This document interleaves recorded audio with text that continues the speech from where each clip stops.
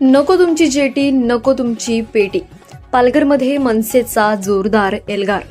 बहुचर्चित मुरबे जेटी प्रकल्पासाठीची सुनावणी 6 ऑक्टोबर रोजी होणार आहे. महाराष्ट्र प्रदूषण नियंत्रण मंडळाने ही सुनावणी जाहीर केली असून याबाबतचं पत्र सोशल मीडियावर व्हायरल झालंय. या जनसुनावणीला स्थानिक नागरिकांचा प्रखर विरोध असून महाराष्ट्र नवनिर्माण सेनेनं तर एल्गाराची हाक दिली. मनसे विद्यार्थी जिल्हाध्यक्ष आणि नांदगावचे उपसरपंच धीरज गावड यांनी स्पष्ट शब्दात सांगितलंय, जसा विरोध पक्षप्रमुख राज ठाकरे यांनी नांदगावात केला होता तसाच विरोध या प्रकल्पाला देखील केला जाईल. पालघर जिल्ह्यात गेल्या काही वर्षात bullet train, Mumbai Baroda expressway, railway corridor, बंदर असे अनेक प्रकल्प आले. सुरुवातीला विरोध झाला, मात्र नंतर हे प्रकल्प सुरू झालेच.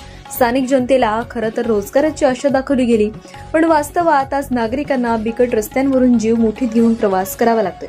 शेतकरी मच्छीमारांच्या जमिनी सरकार आपल्या महत्वाकांक्षी प्रकल्पांसाठी घेते, मात्र फायद्याचे गाडे फक्त भांडवलदार आणि राजकीय नेत्यांच्याच गळ्यात पडते, अशी संतप्त प्रतिक्रिया ग्रामस्थांकडून व्यक्त केली जाते.